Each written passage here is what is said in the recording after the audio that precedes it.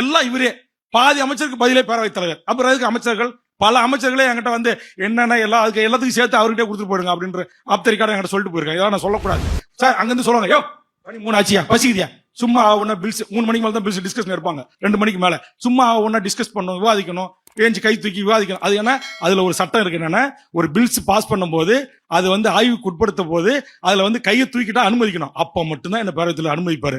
அனுமதிச்சுட்டு நான் அதுல கொஞ்சம் விரிவா டீடைல்ஸ் டீப் அண்ட் டெப்தா புள்ளி விவரங்களோட உங்க மாதிரி பத்திரிகையாளர்கள், சட்ட வல்லுநர்கள, ஐஏஎஸ் ஓய்வு பெற்றவங்க டைரக்டரோட தான் நான் குறிப்போட வந்து உட்காந்து நான் பேச ஆரம்பிப்பேன். அவர் மணி அடிச்சுட்டு போதும் என்ன சொல்ல, எதிர்க்கிறியா ஆதரிக்கிறியா, 2ல 1 சொல்லு உட்கார். உங்களுக்கு தெரியுமா, துரைமுருகன் ஏஞ்சி ஒரு கேள்வி கேட்டார்ல பேரவை மாடத்துல, அதை சுட்டி காட்டின ஒரு முறை நான் தான். இங்க யாராச்சும் பத்திரிகையாளர்கள் நம்முடைய சட்டமன்ற பேரவை தற்போது கவரேஜ் பண்ணவங்களுக்கு தான் சொல்லுங்க, ஏஞ்சி கேப்ப உடனே பாயிண்ட் ஆஃப் ஆர்டர் அப்படின்னு சொல்லுவேன். எழுந்துட்டு பேரவை தலைவர் அங்கே பாருங்கள், துறையினுடைய மானிய கோரிக்கை நடந்து கொண்டிருக்கிறது. ஒரு மாடத்தில் ஒரு ஐஏஎஸ் அதிகாரி இல்லை, ஒரு செக்ரட்டரி இல்லை, ஒரு ஜாயின்ட் செக்ரட்டரி இல்லை, ஒரு துணை செயலாளர் இல்லை, ஒரு துறை தலைவர்கள் இல்லை.